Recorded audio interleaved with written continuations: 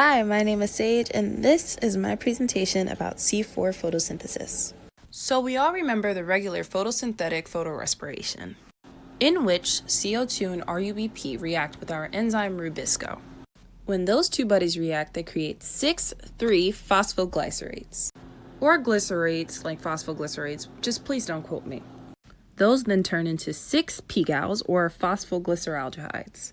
Of those, 5 go back into the cycle to produce RUBP, and 1 is technically the finished product of the whole process and can be used to create carbs in the future. But we know 2 things for sure. A plant can take in CO2 and take in O2, and Rubisco is capable of fixing both. However, in the event that Rubisco does fix O2, you can forget about this, and quite honestly, just disregard the entire process. So in the event that Rubisco does fix O2, the process is a little inefficient in that only 5,5-phosphoglycolates and then 5 pGals are produced. And if you remember, in CO2 fixation, 1 pGal is left as a product. However, in O2 fixation, there are no products and a bunch of ATP and NADH are wasted because the process really creates no product. So every now and then, an O2 molecule will attach to Rubisco instead of CO2. So to fix this problem, plants could evolve to operate the Calvin cycle in environments where there's little to no oxygen.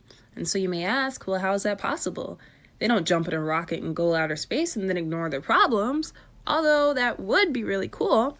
To understand how it's done, you must first understand the anatomy of a plant. So look at corn per se. Corn gives us popcorn, corn syrup, and if you eat enough of that, it'll definitely give you high blood pressure.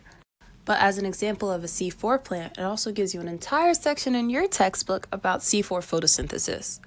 So if you look real close at the surface of corn, you're going to see these little teeny tiny pores called stomata. And if you look even closer at the width of the plant, you're going to see these 2 layers of cells. You're going to have mesophyll cells and you're going to have bundle sheath cells. So C4 plants have evolved past this conflict of oxygen interfering with photorespiration by using an enzyme that can only fix carbon. And so now you're going to meet Pep-C, also known as PEP carboxylase. So in the standard Calvin cycle, everything occurs in these mesophyll cells, but in C4 photosynthesis, in the mesophyll cell, CO2 reacts with PEP instead of RUBP, the 3-carbon chain. Together they make a 4-carbon molecule, why it's called C4 photosynthesis, facilitated by the PEP carboxylase instead of Rubisco, so now it only fixes carbon. So our enzymatic PEP carboxylase will combine the 3-carbon molecule PEP with CO2. Our 3-carbon molecule PEP will react with CO2 to create the 4-carbon molecule that we're going to call O, because I definitely don't know how to pronounce it. O then forms into yet another 4-carbon molecule called malate or aspartate that eventually turns back into malate, so we're just going to call it malate. And then what I find really interesting is that these convert back into our original 3-carbon molecule PEP and our CO2.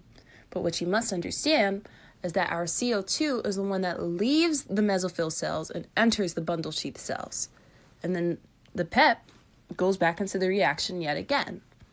So listen closely. Our product that is produced from the mesophyll cell will enter the bundle sheath cells. The CO2 from the mesophyll cells will enter through the bundle sheath cells. Here, the regular Calvin cycle will take place, and our pyruvate or our PEP, whatever you choose to call it, will go back into the original cycle in the mesophyll cell, and that's C4 photosynthesis.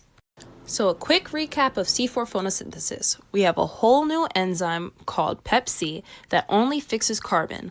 CO2 is the product of the C4 photosynthesis that takes place in the mesophyll cells, and the Calvin cycle takes place in the bundle sheath cells right below the mesophyll cells, fueled by the CO2 provided through the first C4 photosynthesis.